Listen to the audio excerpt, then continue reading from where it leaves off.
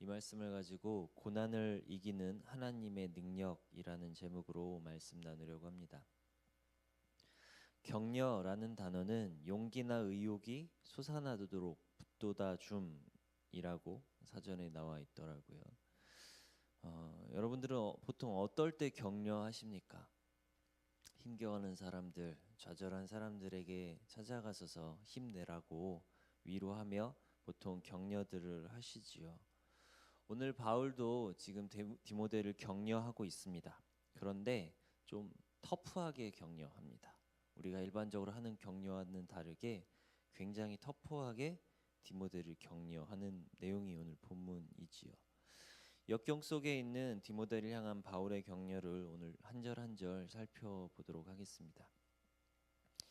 6절을 보면 이렇게 나와 있습니다. 그러므로 내가 나의 안수함으로 내 속에 있는 하나님의 은사를 다시 부릴 듯하게 하기 위하여 너로 생각하게 하노니. 이 말씀을 이해하려면은 디모데전서 4장 14절 말씀을 한번 제가 읽도록 하겠습니다.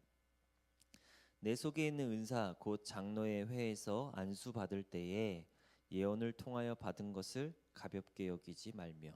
아멘. 장로회에서 안수 받은 사건을 상기시키고 있습니다. 그러면서 이미 디모데에게 너 안에 은사가 있다라고 말하는 것이죠. 그걸 기억하라라고 얘기합니다. 디모데에게 은사를 누가 주셨습니까? 바울이 줬습니까? 안수했으니 하나님이 주셨죠. 하나님이 주신 것입니다. 하나님의 은사인 것이죠. 성령의 은사인 것입니다. 그렇기 때문에 지금 디모데에게 이것을 기억하라 상기시키는 것은 너의 안에 지금 좌절하며 꺼져가는 그 불꽃, 그 안에 다시금 그 불을 회복하라는 것입니다. 꺼진 불에 다시 불을 붙이자라는 의미가 아니라 너의 마음이 지금 식어버렸지, 뜨거운 불이 지금 상황으로 좌절로 인해 식어버렸지, 그 불이 다시금 불일 듯 일게 하라라고 얘기하는 것이죠. 제가 어렸을 때 어머니 따라 기도원을 참 많이 다녔습니다. 그럼 기도원 가면 강사님들이 자주 하시던 말씀이 있었어요. 뭔지 아십니까? 불 받아라. 불 받아라. 막 불을 막 던지시는 거예요. 막 불 받아라라고 얘기했습니다. 어렸을 때는 뭐지? 어떻게 받지? 그런 생각을 했는데 이 말씀을 보면서 그게 떠올랐어요. 우리 안에 성령의 불길이 있습니다. 그 불길이 우리가 상태가 좀 안 좋다고 좌절한다고 낙심한다고 꺼져버렸나요? 성령님이 떠나버리셨습니까? 너 하는 짓이 안 되겠어 떠나셨습니까? 아니에요. 다만 내가 성령님의 역사를 하나님을 잊어버리고 현실에 눈을 돌렸기 때문에 그것을 인지하지 못하는 것이죠. 오늘 이 말은 내 안에 그 불길 꺼지지 않았습니다. 그 불길을 다시금 타오르게 하라. 성령의 충만함으로 그것을 불타오르게 하라라는 내용인 것이죠. 그것을 위해 기억하라. 너 지금 눈앞에 펼쳐진 역경과 사람들이 디모데 어리다고 지금 막 무시하고 있지, 널 힘겹게 만들지, 그것 때문에, 현실 때문에, 사람들 때문에 까먹은 것 같은데 다시 기억해라. 쉽게 말해서 첫사랑을 떠올려라. 첫사랑을 회복해라 라는 것이죠. 여러분, 하나님을 처음 만난 그 순간, 그 첫사랑이라고 얘기하죠. 얼마나 큰 감격이셨습니까? 얼마나 큰 기쁨이셨습니까? 내 온몸이 타들어가는 그 기쁨, 감격, 감사, 그것들을 잊지 않으셨습니까? 그것을 회복하라는 것이죠. 그 감사를 떠올리라는 것입니다. 기억하라는 말은 바라보라는 얘기죠. 회복하라는 얘기죠. 일어나라는 얘기죠. 그러면서 이어지는 7절에 하나님이 주신 마음은 지금 너의 안에 있는 두려움이 아니라는 것입니다. 그분이 주신 마음은 오직 능력과 사랑과 절제하는 마음이다. 성령의 선물이다 라는 말입니다. 상황을 바라보면 우리 안에 나도 모르게 두려움이 일어납니다. 이 상황 어떻게 하지? 이길 수 없을 것 같은데 어떻게 하지? 괴로운데 길이 보이지 않는데 이 두려운 마음을 누가 주는 것이라고요? 사단이 주는 것이죠. 너의 안에 그 마음은 하나님이 주신 것이 아니다. 하나님이 주신 마음은 오직 능력과 사랑과 절제하는 마음이다. 여기에 너의 시선을 고정해라. 사단이 주는 두려움에 집중하지 말고 그것을 묵상하지 말고 하나님이 주시는 그 능력, 사랑, 절제하는 그 마음에 집중해라. 8절에 보면 아버지 같은 스승인 바울이 감옥에 갇혔다고 부끄러워하지 마라, 두려워하지 말아라 라는 얘기입니다. 이 당시 네로의 미친 핍박, 그리스도인들을 잡아 죽이는 핍박하는 그 미친 상황 가운데 두려워하지 말라는 말입니다. 너의 그 두려움과 부끄러움을 역전시키는 능력이 하나님을 바라보라 라고 바울은 외치고 있는 것이죠.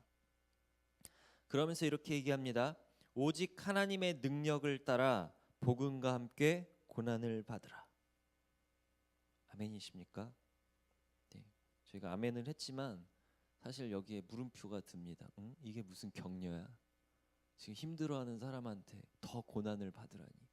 여러분 동의가 되십니까? 사실 뭐 믿음으로는 아멘 하지만 우리의 마음속엔 여기서 지금도 힘든데 뭘 더 고난을 받아 하는 마음이 저의 솔직한 마음입니다. 능력, 예, 좋습니다. 능력은 좋지만 고난은 싫은데요. 지금도 힘든데 뭘 더 고난을 받으라고. 이건 좀 아니지 않습니까, 주님? 이건 좀 아니지 않습니까, 바울 스승님? 그래서 바울은 단서를 붙입니다. 그냥 뭐 생으로 고난 받으라 하지 않습니다. 단서를 붙이죠. 복음과 함께. 복음과 함께. 복음이 무엇입니까? 죄악의 구덩이에서 절망하며 사망의 권세 아래에서 좌절하고 울고 있는 우리를 빛으로, 생명으로, 무조건적인 사랑으로 구원하여 주신 그 사실, 예수 그리스도의 구원의 그 사실이 우리의 복음이지요. 영원한 죽음과 고난에서 영원한 생명과 기쁨으로의 전환. 이 복음이 없이는 우리는 절대 고난 받을 수 없습니다. 그게 우리의 모습입니다. 당장 도망치는 게 우리지요. 하나님보다 내가 우선인 죄악 투성이인 모습이 우리의 모습이죠. 9절에 보면 하나님이 우리를 구원하사라고 얘기합니다. 예, 구원받은 건 너무 감사하죠. 그런데 거룩한 소명으로는 안 부르셔도 됩니다. 거룩한 소명은 특별한 사람들 부르세요. 왜? 그 선교사들 있지 않습니까? 목회자들 있지 않습니까? 열심인 사람들 있지 않습니까? 거룩한 소명들은 그 사람들 부르세요. 저는 구원 받았으면 됐습니다. 그냥 턱걸이 구원만 할래요. 그게 우리의 죄악된 행위라는 말입니다. 반드시 기억해야 할 한 가지가 있습니다. 구원과 거룩한 소명은 나뉘어지지 않는다라는 거예요. 구원은 받고 싶은데 거룩한 소명, 뭔가 피곤할 것 같은 고난의 길일 것 같은 것은 싫다. 아니요, 나뉘어져 있지 않습니다. 거룩이 무엇입니까? 거룩은 구분입니다. 구별됨입니다. 중간은 없다라는 얘기입니다. 하나님 편인가 세상 편인가 선택하라는 얘기예요. 좁은 문인가 넓은 문인가, 좁은 길인가 넓은 길인가 선택해야 된다라는 거예요. 사망의 길인가 생명의 길인가, 거룩의 길인가 세속의 길인가, 소명의 길인가 내 욕망의 길인가, 우리는 선택해야 된다라는 거예요. 구원은 받고 편한 길을 가겠다, 이거는 없다라는 말입니다. 구원받은 사람의 좁은 길이 거룩한 소명의 길이다. 그리고 그 길로 우리를 부르셨다. 이 길을 포기한다라는 것은 구원을 포기한다라는 말과 같다라는 것이죠. 새벽부터 너무 세지요. 부담스럽지요. 어렵지요. 그런데 그 안에 은혜 포인트가 있습니다. 내 능력으로 되지 않는다라는 거예요. 우리의 죄악된 우리의 능력으로는 되지 않는다라는 거예요. 8절, 하나님의 능력을 따라. 하나님의 능력을 따라. 저는 이게 믿음이라고 생각합니다. 나의 어떠한 내 능력, 내 의지가 아니라 하나님의 능력을 따라 이 길을 선택하고 걸어가는 것. 믿음이 무엇입니까? 하나님의 선물이지요. 내가 믿고 싶다고 믿을 수 있는 게 아니지 않습니까? 우리가 믿게 된 그 경로, 그다음에 주변 사람들이 믿게 되는 경로 또는 믿지 않게 되는 것들을 바라보면서 아, 의지대로 되는 것이 아니구나. 하나님이 믿음을 선물로 주셔야만 믿을 수 있구나. 하나님이 주시는 선물이 믿음이지요. 하나님의 능력을 따라가는 것이 믿음이지요. 나의 어떠한가 상관없이 하나님이 우리를 구원해 주셨습니다. 오직 영원 전부터의 그 뜻과 계획하심대로 우리를 그 영광의 자리, 은혜의 자리로 불러주셨습니다. 오늘 10절 이렇게 얘기하죠. 이제는 우리 구주 그리스도 예수의 나타나심으로 말미암아 나타났으니 그는 사망을 패하시고 복음으로써 생명과 썩지 아니할 것을 드러내신지라. 이 10절의 복음을 우리에게 주셨습니다. 그래서 11절 12절 내가 이 복음을 위하여 고난을 받는다. 구원받은 사람의 고백이지요. 구원을 경험했기 때문에, 생명을 경험했기 때문에 내가 이 복음을 위하여 고난을 받는다. 그리고 그날까지 우리를 지키심을 확신한다. 여러분, 하나님이 우리를 지키십니다. 이걸 믿으셨으면 좋겠습니다. 순간순간 흔들릴 때도 있지만, 지금의 내 상황으로, 내 모습으로, 사람들로 인하여 흔들릴 때도 있지만, 우리 그리스도인들이 끊임없이 외쳐야 되는 것, 믿어야 되는 것은 하나님이 끝까지 우리를 지키신다라는 사실입니다. 그 진리입니다. 모든 고난으로부터 우리를 지키신다.